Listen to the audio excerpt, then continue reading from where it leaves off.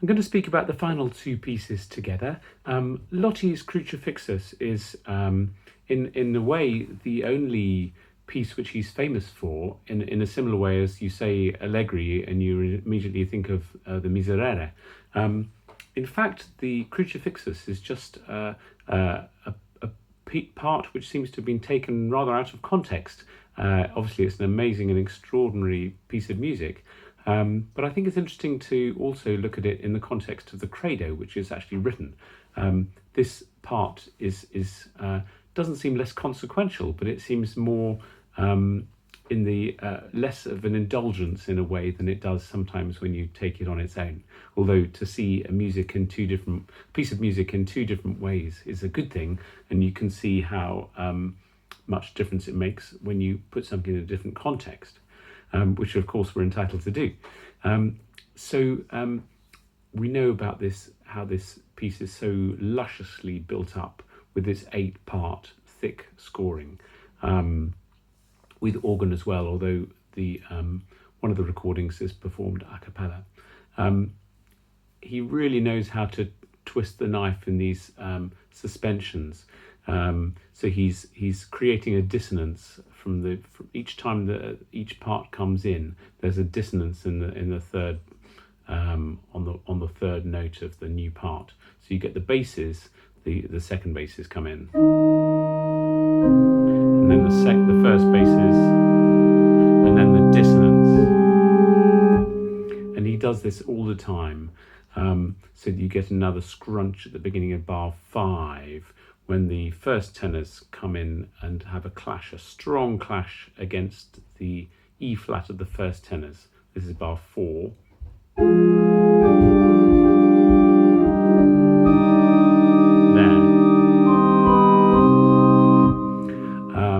And then of course we have more and more parts, and we get always these semitone clashes.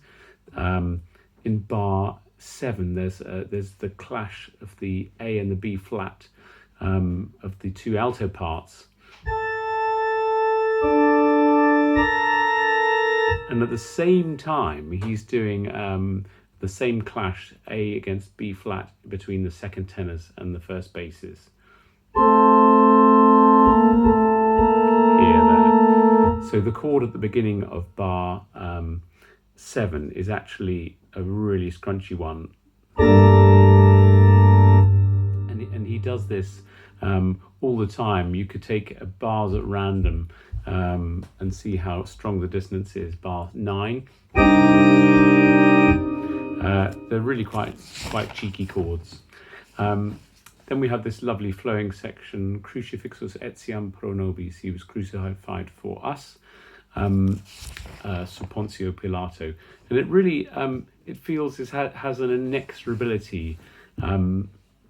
And as the piece builds up, he adds over the top these almost descant lines. When we have the passus in bar 23, once you get the bass line starts moving in this kind of walking pattern from bar 21, you get this idea spread between the two bass parts.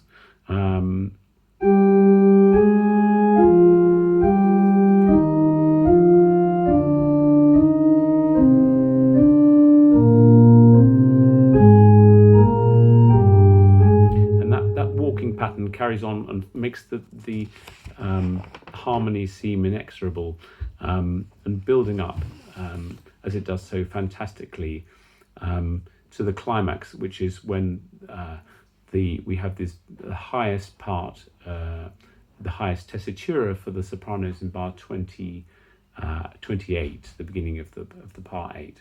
And even when he's reached that, what I love about this piece, this movement, is that he gets there, and then there's this real surprise, which is the last kind of twist of the knife, really, in bar 29. So if I play from bar 27, which is just where it's just building up into the sort of highest moment. There.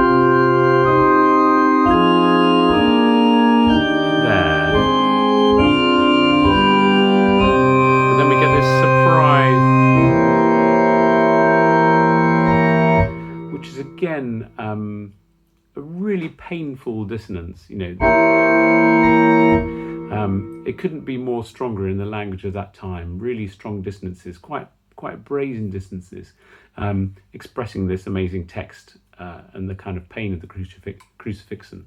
Can't speak today. So I've put now 2 recordings. One is of just the Crucifixus, a very, very beautifully done recording by the 16.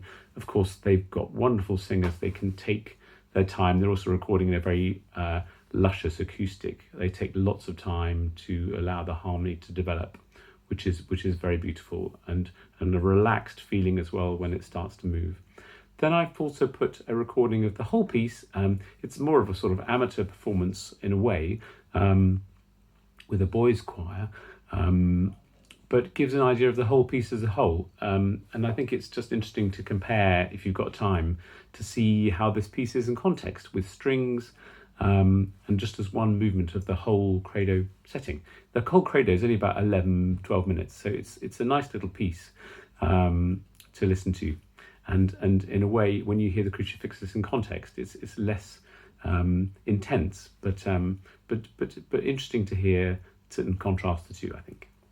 So after that, we then hear the final piece for today, which is the Palestrina Exsultate Deo. And this is obviously a classic, very joyful. The version that I've put today is actually a semitone. They're performing it a semitone higher than we were going to do. Of course, most of the music from that era tended to be notated a little bit lower, a tone or a minor third lower, and then it's a matter of conjecture as to what the real pitch should be, because there wasn't the same consistency of pitch. You didn't have A equals 440. It was different from place to place. So you have to use common sense in a way. So that's what that is. And I've just put as a little extra thing to finish with, as we've got some Poulenc coming on later in this programme, another week, to hear Poulenc's version of Exsultate Deo, which was very strongly kind of, it's a reworking really of the Palestrina model, takes its joyfulness but then Poulencizes, if I can make that word up, it's a fantastic piece. And that recording is by Stephen Layton, actually with a visiting choir in my old university chapel at Trinity College, Cambridge, which again has a very lovely acoustic. And we did in fact, in my second year, we did a Poulenc disc, which is probably not available anymore, but probably bits of it still are. Poulenc's choral work are wonderful as well, and we'll come on to those in another week. So I hope you've enjoyed this week. Thank you for all those of you who listen to these and make it to the end. Take care and see you next week.